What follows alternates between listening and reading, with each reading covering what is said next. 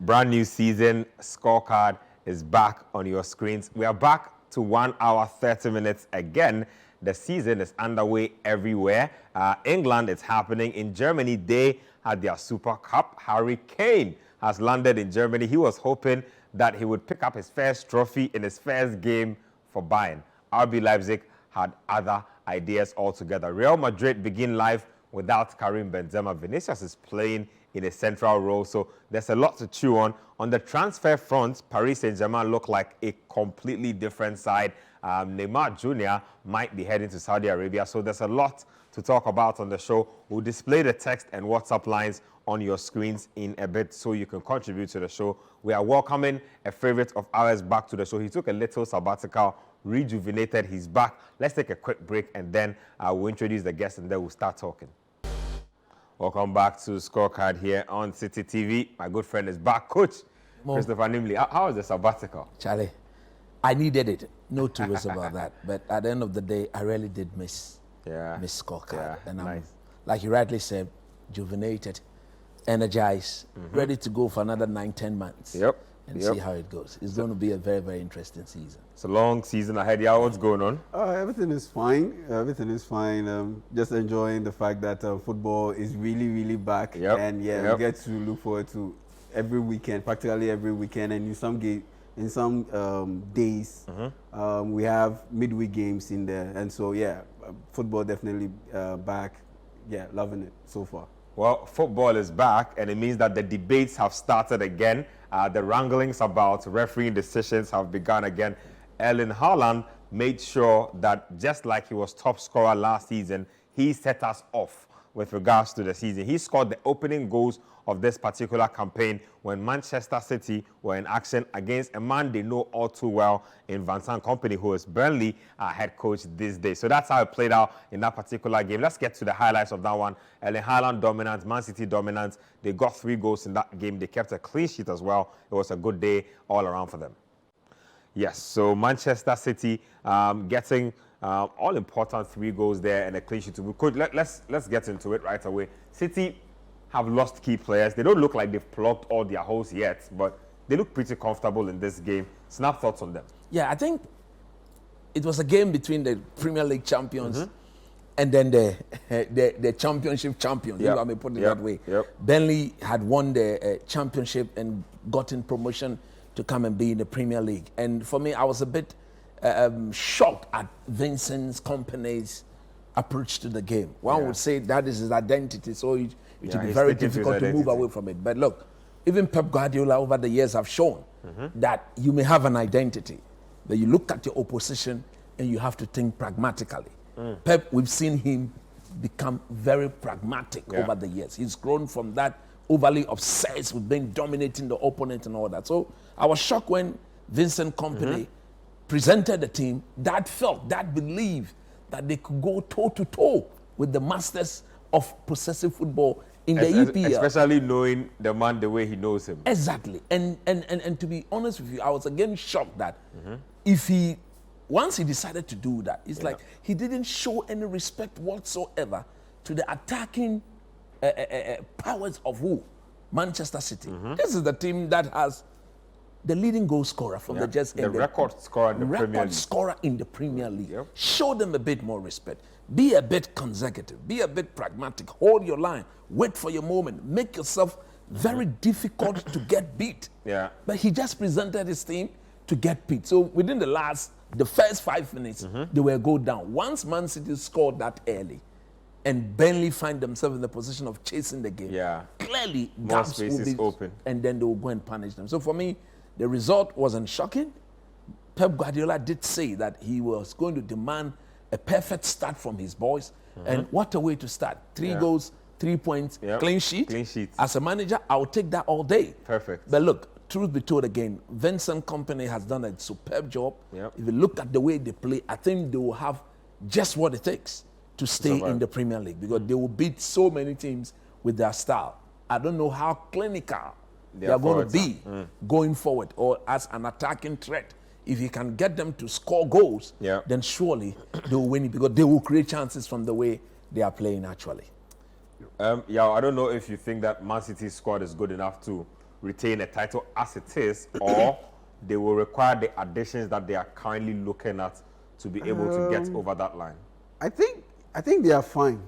I think they are fine, but knowing Pep Guardiola, he would want more. He always wants more, and looking at the fact that now Kevin De Bruyne is out of the picture for a while because he picked up an injury, and the fact that Ruben Diaz is also not available.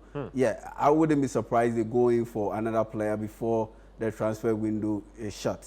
But at the end of the day, as things stand, as their squad presently is constructed, I still think they are good enough to win the league, because I look at a team like Liverpool, the contenders. I look at a team like Liverpool.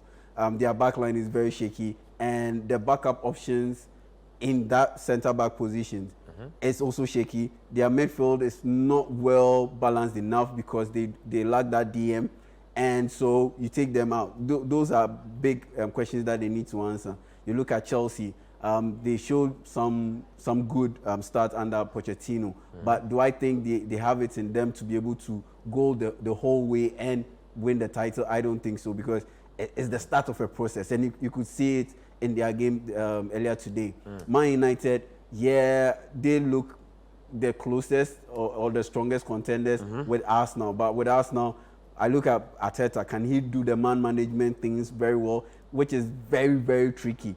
So I look at all these questions, and I look at Man City on the other hand, the addition of Josko Vardio and bringing he came off the bench for his debut. Exactly, and bringing in Kovacic. Yes, you've lost Kevin De Bruyne, but if your replacement is Kovacic, then you are good. And so for me, I expect them to get another player or maybe two players. But even if they miss out on getting another player or extra players, I think they are well in a good position to be able to win the title again. I just want to add, yes, they are favourite, but I think if they don't find a way of sorting out the Gundogan absence, when I say Gundogan, it's not about his play. He contributed important goals to this team. A player in this Man City team will have to step up in that regard. To fill that role, Two, Mahrez also contributed some good goals for this team. Guaranteed creativity on the right side. Exactly. And for me, I also believe strongly that Man City as a team will be a bit complacent. The manager is a serial winner. But as to whether the players themselves haven't done something that they've never done before. Again, and I like what you're saying, because players like Mahrez have felt that it is okay to move on at this time. Even Bernardo Silva still he's believes that if an offer for like the last come, 2 seasons, he will go. So I just hope that the Kevin De Bruyne injury situation is not that serious, because this is an injury that started from last season. It's rekindled itself again in the very first game. So if they don't try and get him to heal and heal properly, because I think Pep has been around for 7 years, isn't it? And I think Antonio Conte and Klopp are the two managers to have won. And in those 2 seasons, he didn't win the league. They didn't get the best out of Kevin De Bruyne. De Bruyne was actually injured for a majority of the season when Liverpool won the campaign. Exactly. And it is looking like it's going to be something like that. Look, they start as favorite. Nobody will take it from them. But I have a feeling that they will not win it this time. I think motivation-wise, they are on point, because, yes, they suffered the defeat to Arsenal in the Community Shield. That will give them a little bit of a wake-up call. And there's also the motivating factor of Pep trying to go for that record, be the first manager in PL history to win the title 4 years in a row. No one has done it before. He tied the record with Alex Ferguson last season. And so I honestly believe he will be gunning for that record. Well, I like that you mentioned that, but what I can add to that is that there's the manager's motivation. There are certain individual key players who are motivated, but I don't think that it is uniform within the entire group, and that might be a little problematic. And then they will need their best player to stay fit throughout the season, which I doubt. Let's get to another game that came with a lot of talking points. Arsenal Football Club were up against Nottingham Forest. On paper, this was supposed to be a very straightforward game, and indeed, that's how it played out in the first 20 minutes or so, until Nottingham Forest managed to gradually get a foothold. In the end, Arsenal escaped with 3 points, but a lot of talking points from this game. Let's get the highlights. So a game that had indeed everything. Arsenal Football Club getting off their season. Edin Ketia scoring their first goal of the season. Bukayo Saka taking off exactly where he left off last campaign. Taiwo Awoniyi, he was an injury doubt for this game, and that's why he did not start. He climbed off the bench, did really well, got the goal for them. Top scorer for Nottingham Forest last campaign. Coach, the debate around Arsenal has been that once again, they were dominant for a long spell and then they slipped out of it for almost 20 minutes. If you want to win a championship, that is not how you go about your business. I think that is too early for that. It is too early for people to now to conclude that because of what happened in that last 20 minutes, they may not. Most people say that is sort of how they ended the last campaign, exactly, and it's creeping into the start of their season. I don't know if you think it's too early. I think it's too early for that. Look, having said that, you want to give credit to Nottingham Forest themselves because look, they were in the game. If you look at the 2 goals that Arsenal scored, they were not goals presented to them on the silver platter. Arsenal actually worked and they scored those goals. Look at Saka's goal, even the first goal. Look at it was proper the technical ability of Martinelli. No coach will teach you that, isn't it? It's the player's own doing that created the opportunity for Nketiah to put it away. Now, I saw so many beautiful things that Arsenal did yesterday, especially with our own Thomas Partey. We did the game on radio and we argued whether he would play as a right back. I was so skeptical that, look, it would be shocking to me if he sits there as a permanent full back and just go this way and not come into the middle. So formation-wise, he started as a right back. But when the game got going and tactics begin to show itself, we saw him move into midfield and more or less dictated the tempo of the game. And Arsenal, they were brilliant. My only worry was the fact that, you see, it is good to play very high up the pitch. But when in time you do that, the moment you lose the ball and your players are not pressing the ball, those guys at the back will have to backpedal a bit. In other words, you have to do that to delay the opponent from getting at your goal a bit early. They didn't do that. And for me, again, Odegaard, Kai Havertz, I think Mikel Arteta will have to find a permanent role for Kai Havertz. Because look, he looks confused on the day. They look like they are just accommodating him exactly. Right now. You spend £65 million on him. If I'm the owner, he has to play. If you don't play him after asking me to spend £65 million, if it doesn't work out, you're out of the door. So I'm sure that if you look at Kai Havertz and look at Trossard, who should be playing in that role if Arsenal really want to have a proper number 10, decoy number 10 in the diamond formation alongside Odegaard? I think Trossard would be a better option than Kai Havertz. So there were moments in the game where he tended to cut into the path of Odegaard and force Odegaard to come back and do things that he wouldn't do on a normal day if he was not there. So Mikel Arteta will have to figure that out. And again, defensively, we don't know what has happened to Timber. You remember? He had to leave the game prematurely. It looked like a pretty serious injury. And for him to have been taken off the way it happened, something might have happened to him, which could go, because right now, it looked like a knee in the back of his knee. And that somebody could be serious. That could be serious. They are trying to let go of Tierney, something that I completely disagree with. This is a light squad. It's a light squad, right? So you need depth in terms of quality. But look, it's the first game of the season. All you need is to register the 3 points. Go ask Liverpool and Chelsea today. If they wouldn't have loved the 3 taken that all day. My Manchester United play tomorrow. I don't care. At the end of the day, the only thing I care about is that the 3 points is in the bag, because you don't want to give Pep Guardiola any form of early advantage. You don't want to be playing catch up to him. No. The moment he senses that he's taking a healthy lead, catching these guys with the experience they've got will be so much difficult. And I think Arsenal is one of the teams. In fact, I tip Arsenal and Manchester United to be Man City closest challengers for this season. Hopefully, if Liverpool can sort out that midfield combo, get a proper DM, then you have to look, because from what we'll come to their game, from what we saw Van Dijk and Konate this afternoon, I think, look, they have a long, long way to go to pose a challenge to Man City. The transfer window is open. That's the good part. Stick to Nottingham Forest for me. They did something that coach talked about. Now, on the break, they were really dangerous. In the first 10 minutes, they could have scored. Brendan Johnson was wasteful, couldn't round the goalkeeper. He didn't seem to know what to do in a one-on-one situation. Awoniyi came on and showed that perhaps if he had started the game and was fit, Arsenal could have probably paid for it. But what are the realistic expectations for Forest? I mean, having seen how they finished the last campaign, can they kick on from there, make it probably a mid-table type of finish, or would they probably have to add players to their current setup to do that? Yeah, I think they would have to add players to their current setup, especially the goalkeeper. Martena is a fine goalkeeper, but what he showed yesterday or on Saturday, he didn't show much in terms of confident play.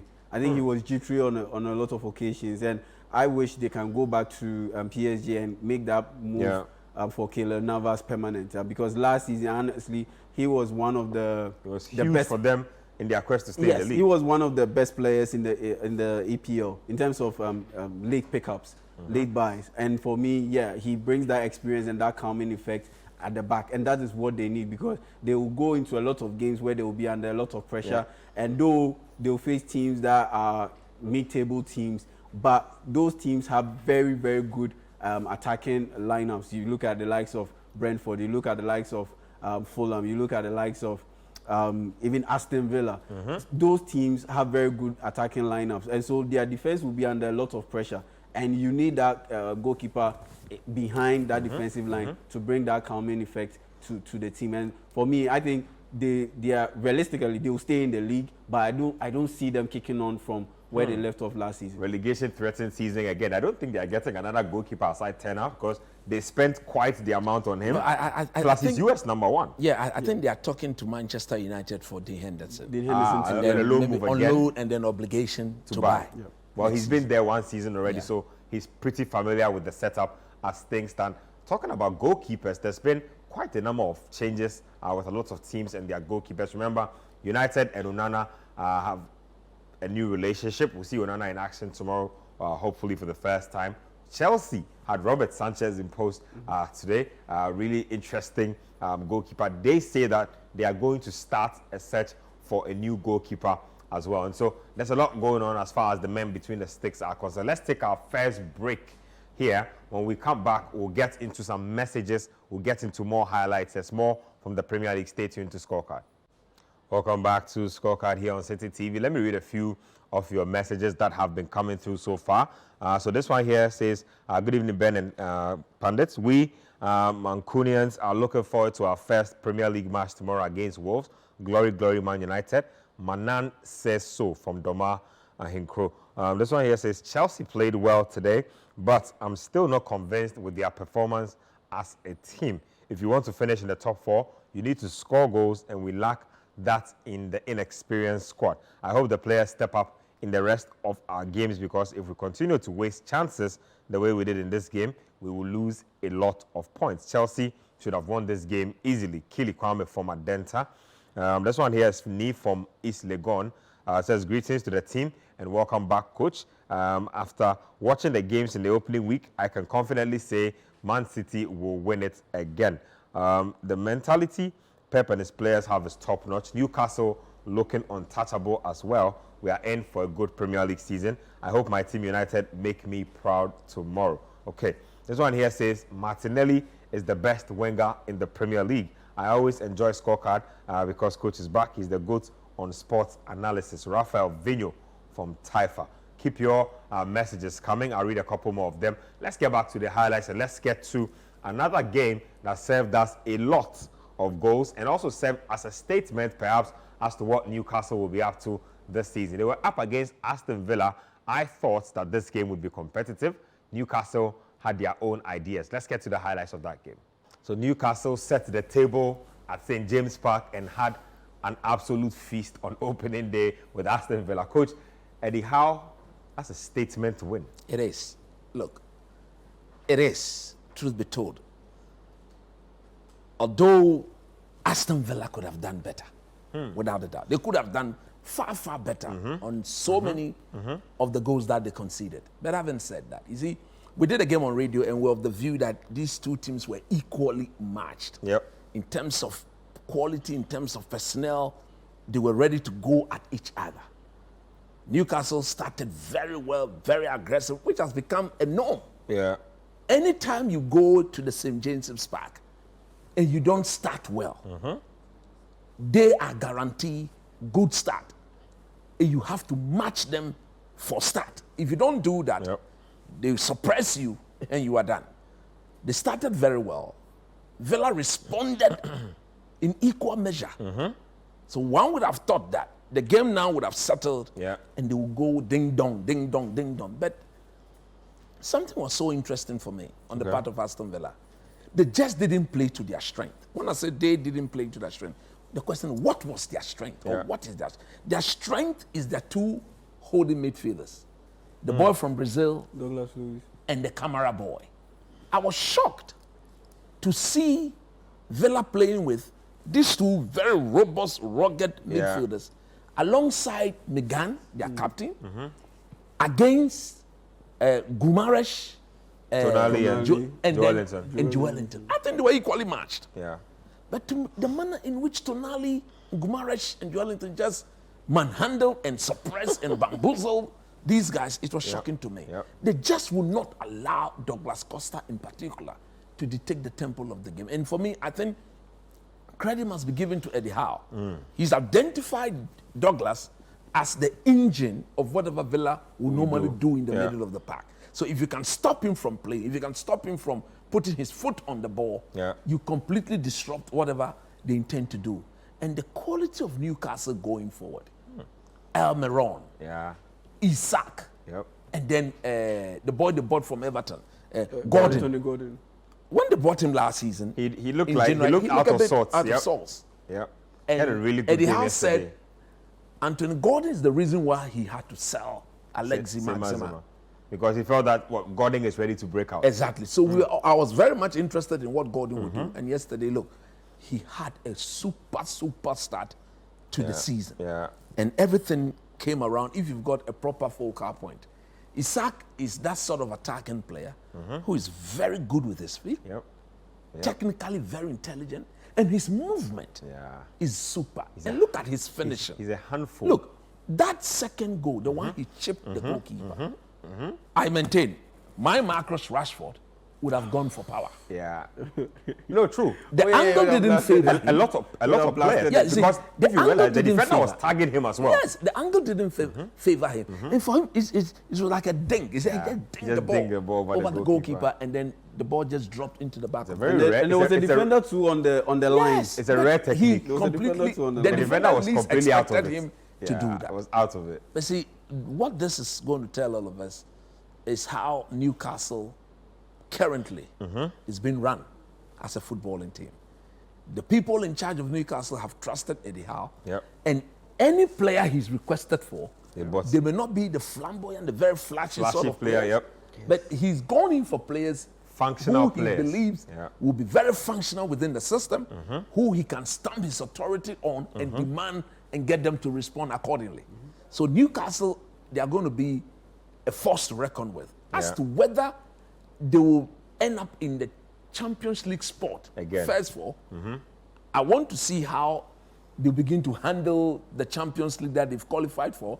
You play Wednesday, you come and play again. You play Wednesday, come and play again. You play Wednesday, come and play again. Let's see how they'll respond. Even Eddie Howe himself is an experience he's never had before. As a manager, So we want to see how he's going to manage that. But for now, on the face of what we saw against Villa, one of the teams I believe will be very difficult to beat, it was an excellent performance. And Unai Emery, just a quick one before y'all comes in. I completely disagree with any team that thinks that even when your players are not pressing the ball in the half of the opponent, you should match all your defenders onto the center line. This was something that they kept doing that. As 3 goals down, they kept and you could highlight. see just one pass in a game of football.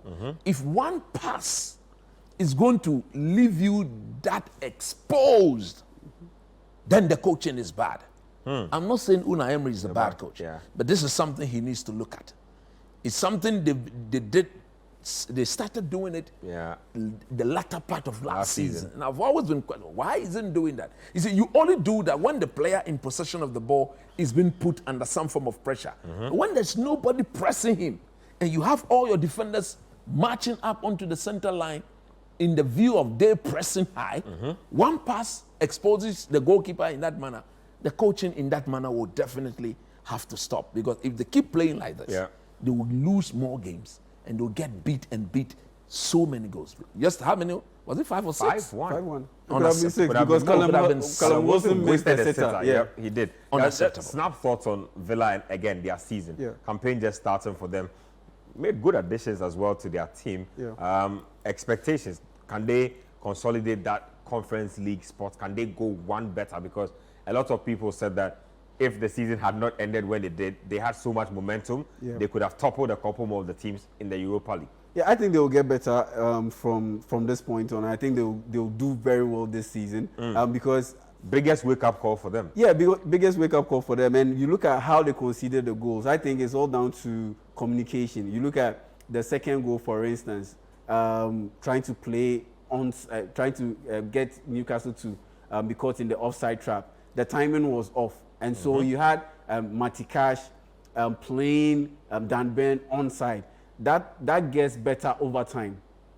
The timing of your offside setup, it gets better over time. Once you keep on practicing in training and in real time, in real game situations, it gets better over time. And so I expect that, improvement in that regard, in that part of the field. And on top of that, when you consistently play a high risk, high reward kind of play, kind of game, you need defenders who are quick and can cover ground. And when you look at the back line of Aston Villa, especially the centre backs, it's just Ezri Konsa who is quick in that setup. Tyrone Mings is big, he's not quick. Paul Torres, he's not quick. Diego Carlos. They spent a lot of money on Paul Torres. Yes, because of his passing game, he can pass out from the back.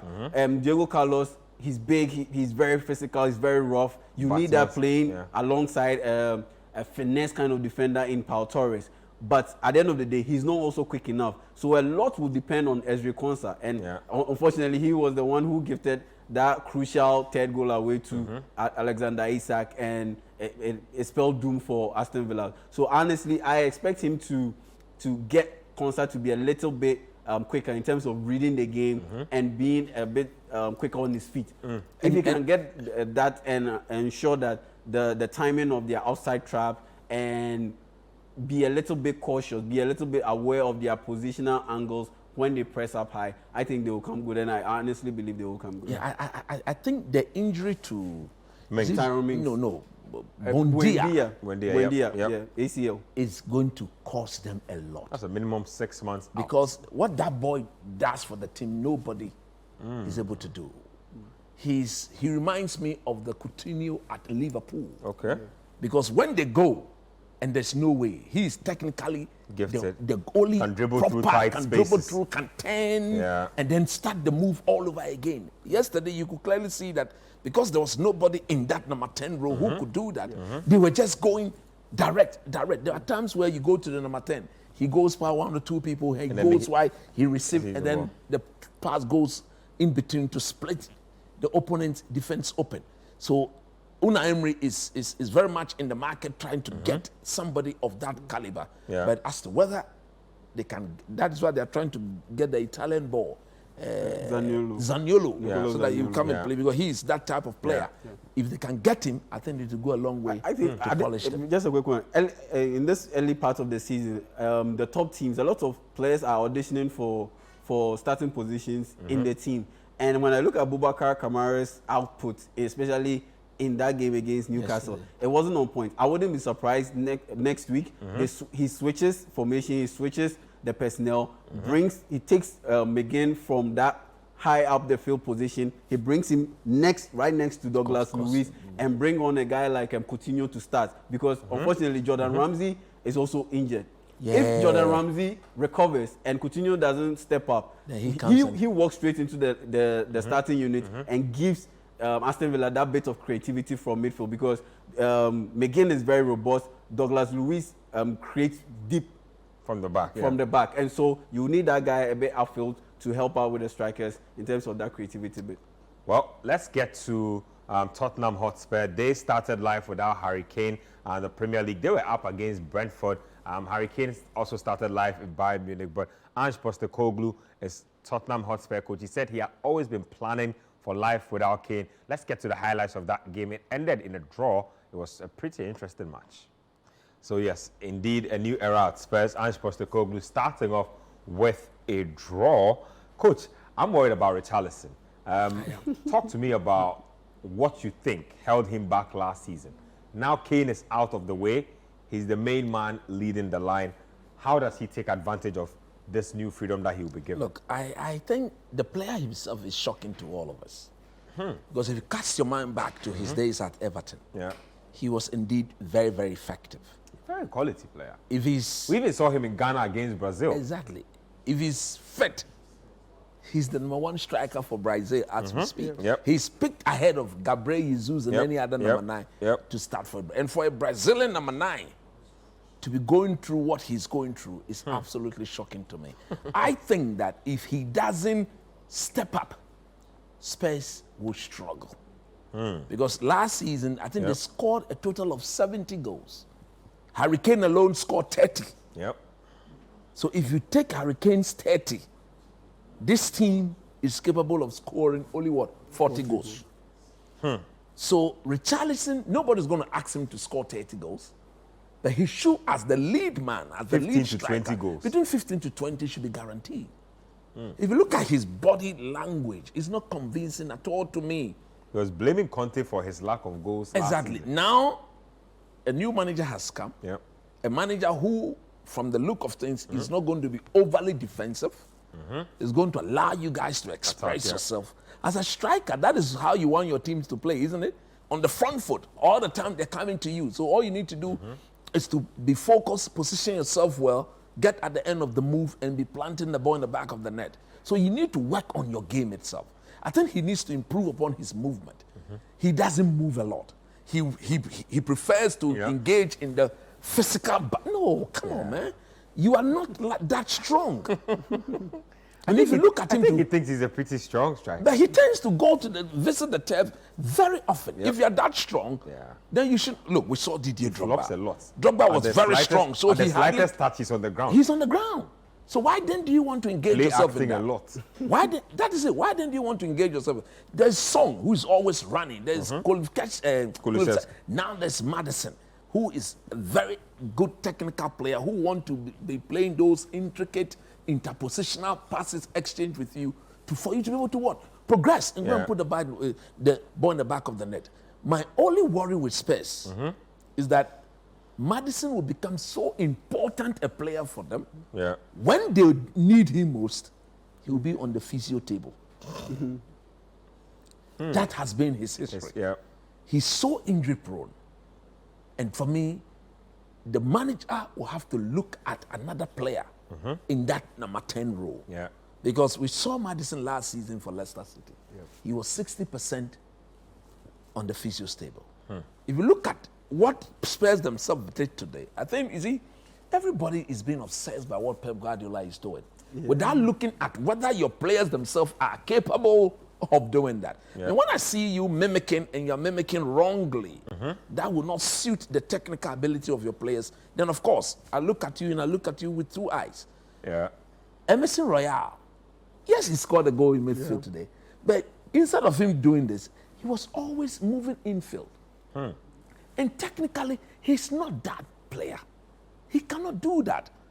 I'm happy for Bissouma because he's one player who really needs to step up. A player I respect. Another guy who needs to settle down. So highly. And I was glad today when he was given the man of the match.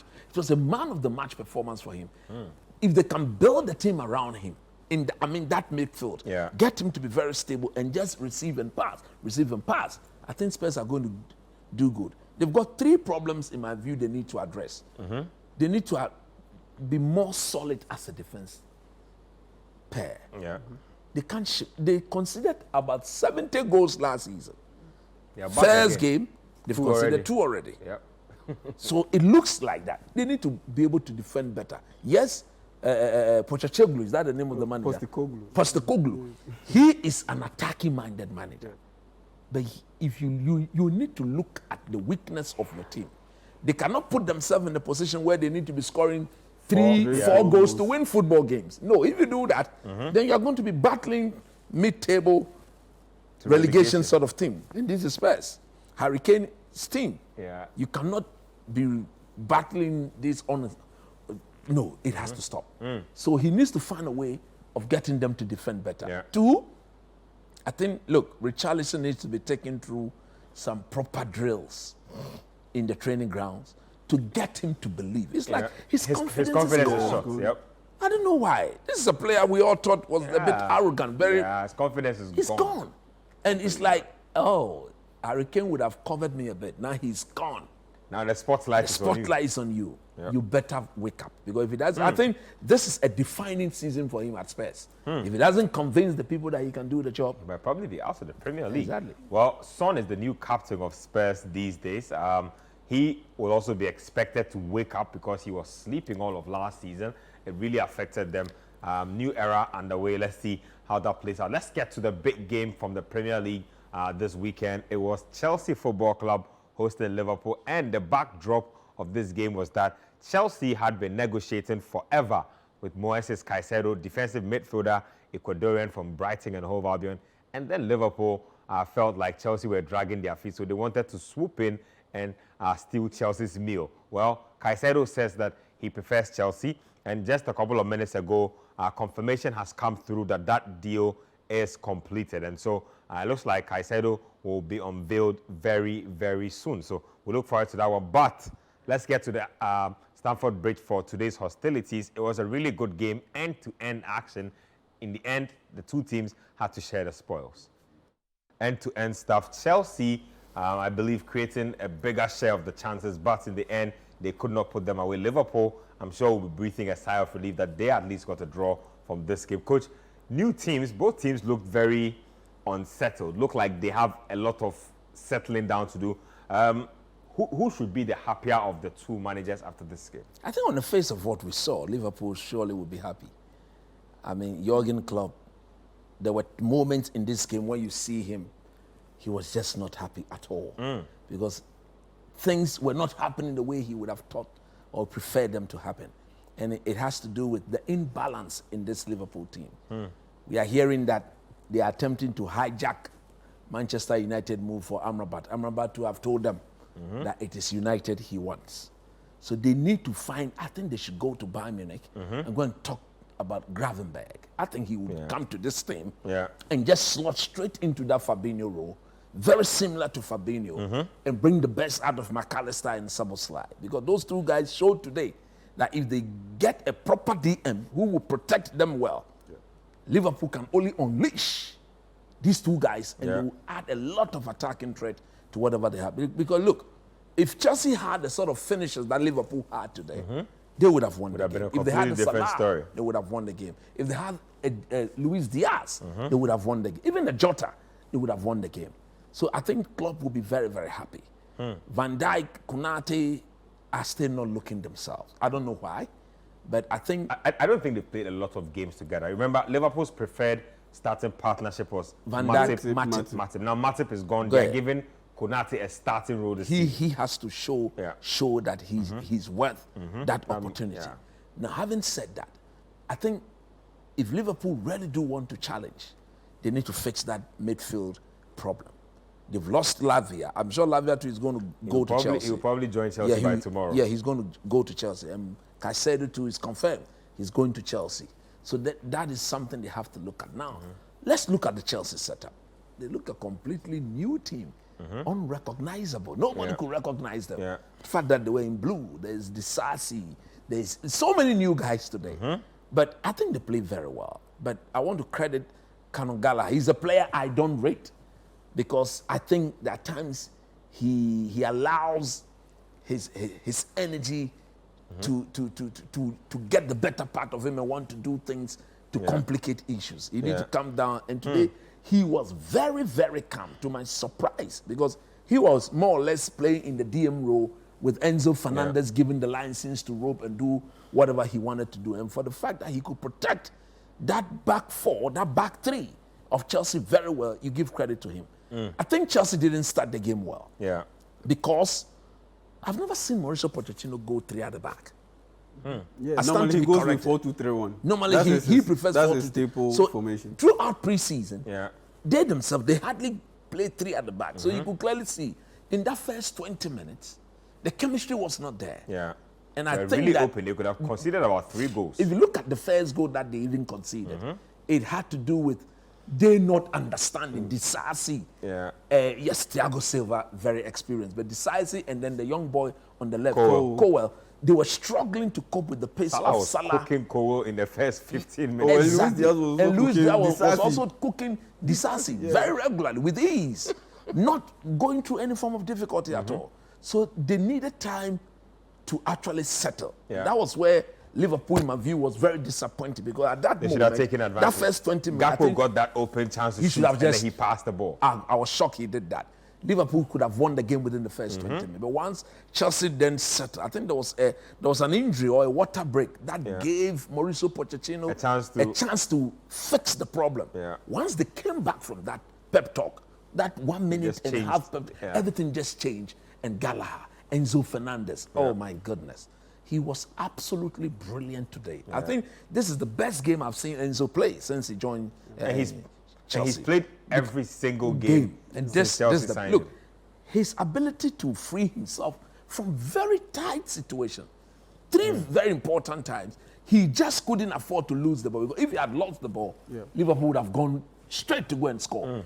The manner in which technically he could free himself and just pass the ball for Chelsea to surge forward was very, very amazing. Chelsea has a big problem. The fitness of Rich James is an The coach issue. says today he was not injured. He says he was just tired. Yeah. Okay, let's hope so. Because look, I've always said, if I have my money, if there's any player I will buy for Manchester United, it's Rich James. Yeah. He's so good. He's so good and solid a right back who can play as a wing back, who can score goals, he can cross, he can tackle, he can finish dribble. as well. He's got every attribute of a solid defender, of a solid football player within his department. And they need to keep him fit because he's not their leader, he's not the captain of the team. He needs to stay fit. Be on the I pitch. think if he's on the pitch regularly, they will go a long way. They need to get a striker. Yeah. This William Jackson, is it Nicholas Jackson? I have polluted the guy. Nicholas Jackson. He referred to him as Michael Jackson on Sports Panorama. So Michael Jackson. How much you about Billy Jean. Billy Jean. We saw your tweet today when you went to ask Billy Jean. That's just by the way. I think he's going to do a lot, but he will not score more than 15 goals. And from the way he's played, look, to all the Chelsea people, you need to do a bit of research on him. He will not shy away from the physical contact. Yeah, he's very physical. And he's injury prone. I think it has to do with the way he plays his football. Yeah. He's not the prolific sort of striker. So you need somebody who can work off him. Somebody who can benefit from his hard work. And that person should be the natural number 9, slotting the ball in the back of the net. This Chelsea team don't have proper goal scorers in their team. Raheem Sterling will have to score goals. Modric will have to score goals. If you look at them, Chukwuemeka. Chukwuemeka. All of them, they will have to take up goal scoring responsibility. If Chelsea were to come back into the top 4, or else they will not. You see, they will not, because if you go to Arsenal, people will score goals to supplement whatever Nketiah, Odegaard will score, Martinelli will score, Xhaka will score. United will do, Bruno will score, Rashford will score, this man will score, Anthony will score. So Chelsea needs some players like that to be able to get to where they need to get to. They've had a goal scoring issue for a bit. Talk to me about debutants. So Chelsea had 4 debutants in their mix: Cowell, Jackson, I believe Ugochukwu, and then Sanchez, the goalkeeper. Sanchez looked very shaky for me. Touch especially on Sanchez, Cowell, and then Jackson for me. I think with Sanchez, passing out from the back was the main reason why he was brought into Chelsea. And in that regard, I think apart from 2 scary moments, he aced the test. And so he was fairly solid. He was solid on his debut. Cowell, like Coach rightly pointed out, after the first 20 minutes, he settled and he looked very solid. And you look at Nicholas Jackson, his work rate was impeccable. And the fact that he was constantly running in behind the defense, that's exactly what you need to do when you're playing against a team that plays with a high line. Despite the fact that Ibrahima Konate and Van Dijk are quick center backs, he consistently tested their speed. Put them on the back. He consistently tested their speed, and I was impressed. With Chukwuemeka, he was expected to play in a role that I think is fit for Enzo Fernandez. Now that Moises Caicedo has come into the fold, you can easily play two central midfielders and push Enzo Fernandez upfield for him to be behind Nicholas Jackson and Raheem Sterling, because today Pochettino played with two guys up top, and that was Raheem Sterling and Nicholas Jackson. We need to go for a break, but just touch on the Liverpool debutants for me. So Szoboszlai, Premier League debut, McAllister, Premier League debut for Liverpool. McAllister, brilliant. He was the one who delivered the hockey assist, the assist before the assist. He was the one who played Mohamed Salah in, and Mohamed Salah delivered that brilliant pass for Luis Diaz to slot the ball into the net. So, and I looked at him in total. He was the better of the two debutants. I think he performed better than Szoboszlai. Szoboszlai was just good, but looking at the kind of quality that he has, the kind of record that he brings to this Liverpool team, I think he was just okay. He was just okay. I think, but for me, McAllister was brilliant. I think he was better than McAllister. Szoboszlai, yes, because you see, he was on the right, on the left, in the middle, everywhere. Yeah. And that is what you need. And there was a moment, I think Jota took a goal off him. He got in that first half, moment I thought he was going to shoot again. Come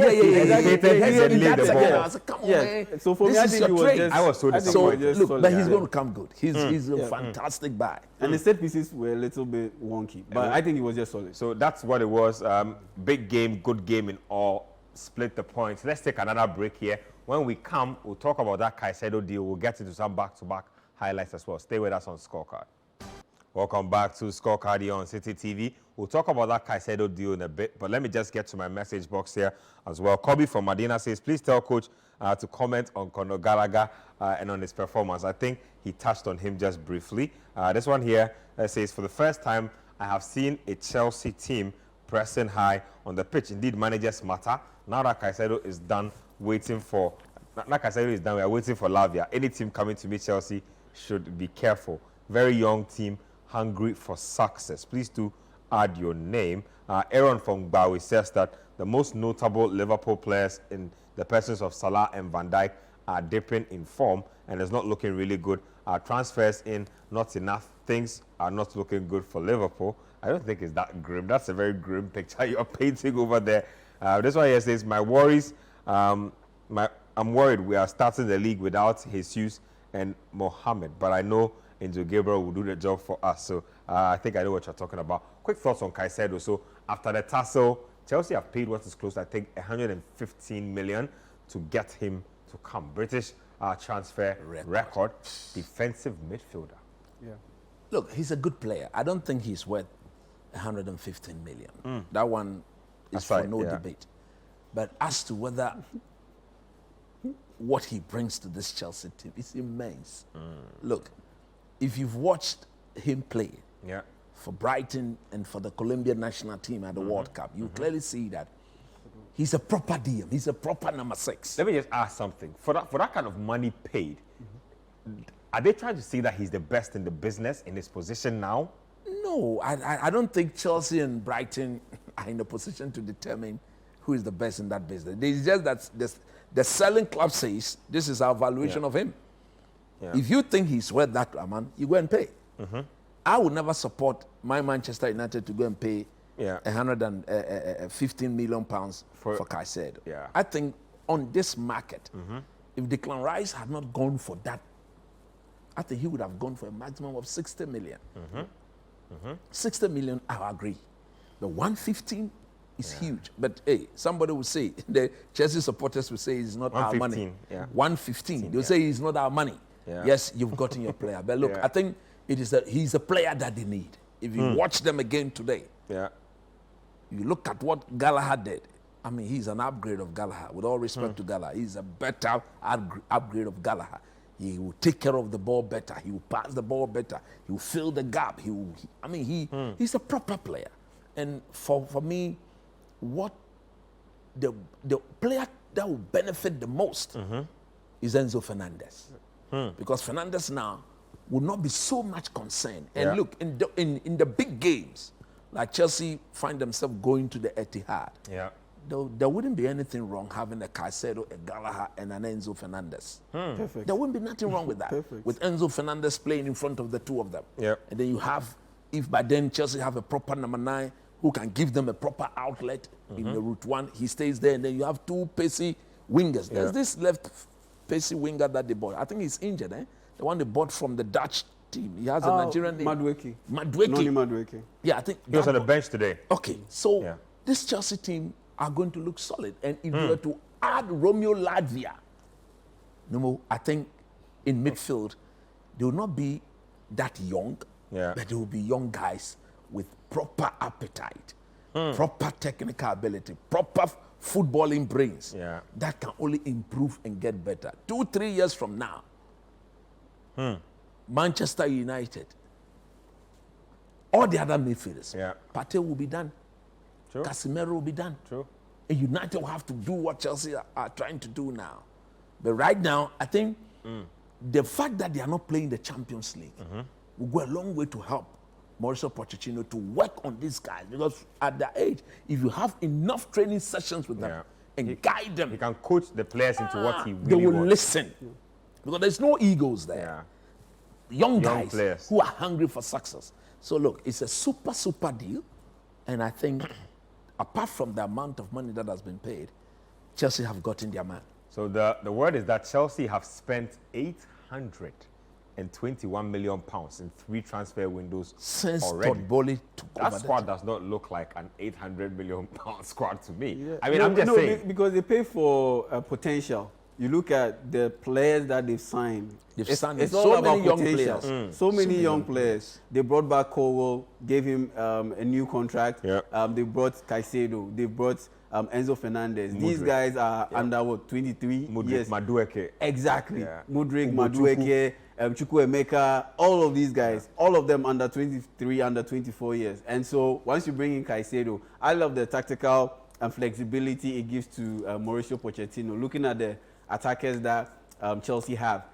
If you have Caicedo in there, you can play a 4-3-3 system where you have Caicedo sitting as the pivot in the middle and Enzo Fernandez and Conor Gallagher flanking him. Because Enzo Fernandez, he can play that Mezzala role, a guy who is so good, does everything so well, like a Paul Pogba. Then you place him on the left side of that 3-man midfield. Then you have your wingers supporting Nicholas Jackson, or if you get a recognized striker, then you can play him central. Then you have your Madueke, Mudryk, and Raheem Sterling manning the flanks. Why wouldn't they sit with Juventus and do the exchange between Vlahovic and I'm not sure what's going on, but they don't seem to want that swap.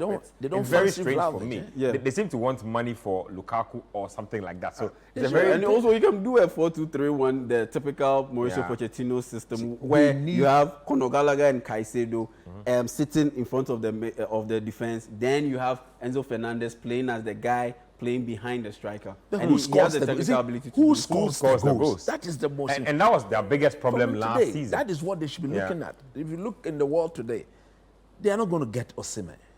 Osimhen will be playing the Champions League, waiting to be bought by a team like PSG or something. Chelsea, they say you need a striker. The window is still open.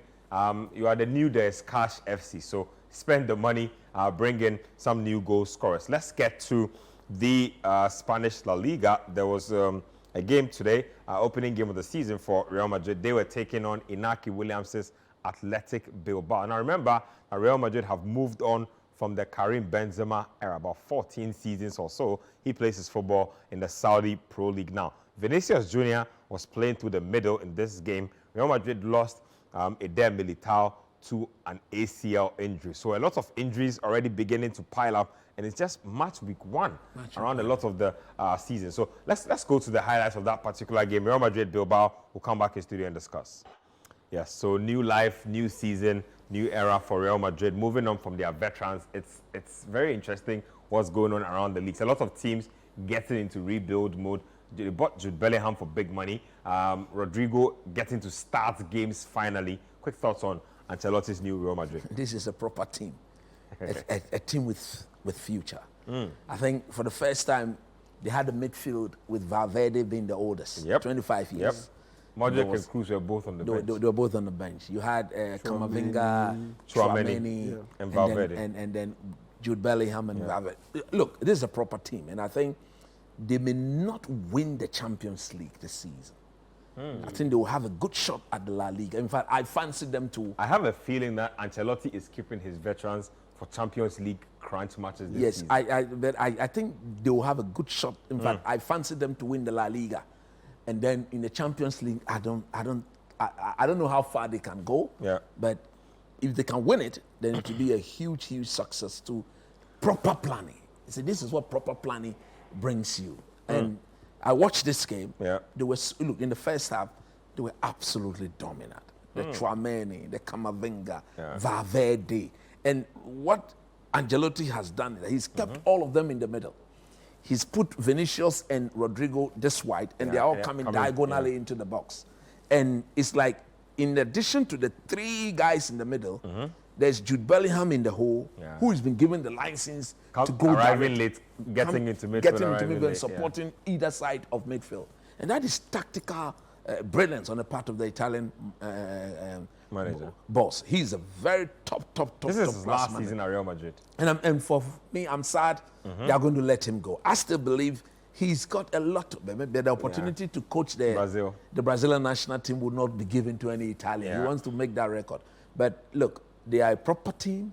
They will do better. It's just that they've suffered two major injuries in Thibaut Courtois and Militao. Yeah. I think Courtois, they've decided to bring Kepa on loan. Kepa on loan from Chelsea. I think with no obligation. They'll have to buy a centre back. Yeah, with no obligation to buy permanently. I think with the injury to Militao, they have to go in there and get a centre back. And I think already they were looking light at centre back. I'm shocked they were playing Alaba at centre back, left centre back with either Rudiger or Militao. And now Militao there's Nacho who could slot in, but I think but we need also four. Not a natural centre back. I'm surprised they are going in for Kepa. But anything can happen because it's crazy. The transfer window is crazy. So they can go in for Kepa or they can go in for David here. I was expecting them to go in for David here. I think they want a temporary solution. They don't want to purchase Kepa outright and then they have a permanent buy. Injury and then you have a big. But the point is, you look at what is happening at Bayern Munich right now. Manuel Neuer got injured, suffered a major knee injury, and though he's recovered, but he's way off his usual standards. It will take him a while to build himself back to that level. And would the team be patient and stay waiting for him to come? You still need that. I kind of think the circumstances are a little different because if I look at Neuer, I think Neuer is on his way out. He's done. I think he's on his way out. And so to buy Jan Sommer to bring in means that you have contingency plans of replacing him. But you see, Courtois is a big part of the Real Madrid team. If he comes back from his injury and he has to contend with David De Gea. No, so in that situation, you just sign a short deal with David De Gea for 2 years. But looking at this season and next season where you are trying to build Courtois back to his standard. Then after that, you let him go. Well, Sommer is going to Inter Milan from what I hear. And so that's what's going on. Onana replacement as far as things are concerned. Let's get to Germany where Harry Kane was trying to sneak in his first trophy on the first day. It didn't happen. Looks like he has to do it the hard way. You have to wait a whole campaign to get that trophy in the bag. It was Leipzig taking on Bayern in the German Super Cup, and Leipzig really made light work of Bayern Munich. Thomas Tuchel's position has come under a lot of scrutiny. Some say that he even won the Bundesliga by accident last season because Dortmund were just flaky. Let's get to the highlights of this game. 3-0 is how this game ended. Wow. Yeah, we both said wow at the same time. They did this at the Allianz Arena. 3-0. Yeah. Look, nobody saw this coming. But again, maybe one-off, you can do this. But over the stretch, will they be able to challenge Bayern Munich?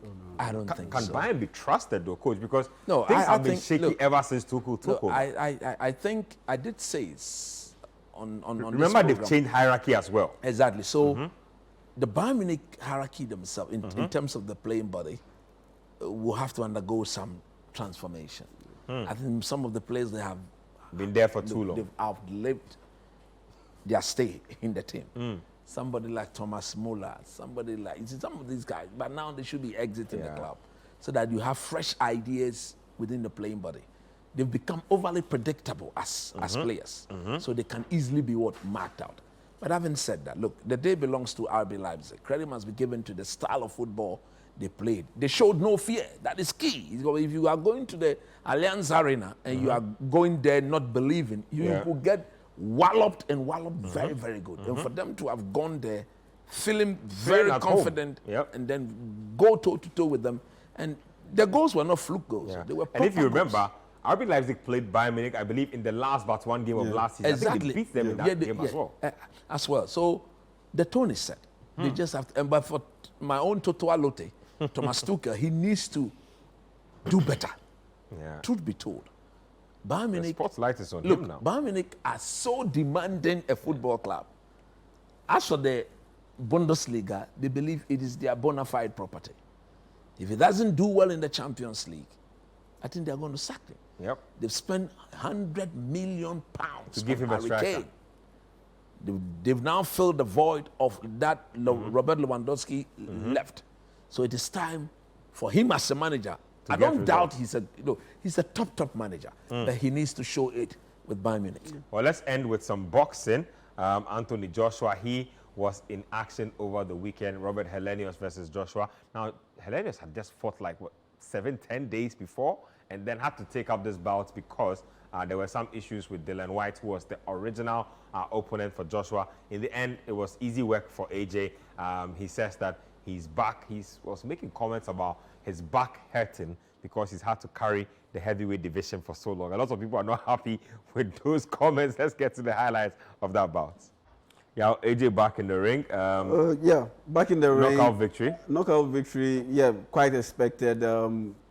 Honestly, if he goes up against the elite boxers, I think he will be punished because consistently, Helenius caught him with a jab, and that's how come he ended up with a bloody nose. And the fact is, it took Tyson Fury just 3 punches to knock out this guy in round 1. And it took Anthony Joshua up to the 7th round to knock him out. And he had just fought, like I said, in the space of about 10 days. Yes, because he wanted the retirement money. Once you fight Anthony Joshua the bag England, is big. In England, at least you are walking away with £1 million. So if I have my he had way, to take it. They should advise Joshua to retire because he's not beating any elite heavyweight boxer. And he doesn't want to admit it. Aside Vladimir Klitschko. Well, that's what it there. I have my own opinion about that bout, but let's wrap it up. That's it from us here. Thank you very much, Coach Christopher Nimley. Thank you, Yao Jaminta. Thank you guys out there for sending us. I think there's somebody who sent us a message from Freetown, and just because of that, I will find that and read. Yes, I found it here. This one here. Okay, so he was texting from Freetown. He says his name is Sandy. He says Pate was a workaholic and he played to the coach's instruction. He sent the message about coach coming and being happy that you are here. Go do your analysis. So the Sierra Leone people are watching. We are happy to bring Scorecard back to 1 hour, 30 minutes for you guys once again. Next week, a lot more highlights for you. A lot of the leagues are now getting into full stride. So we'll have a lot more to show you next week. Same time, we'll be here on your screens. Bye-bye.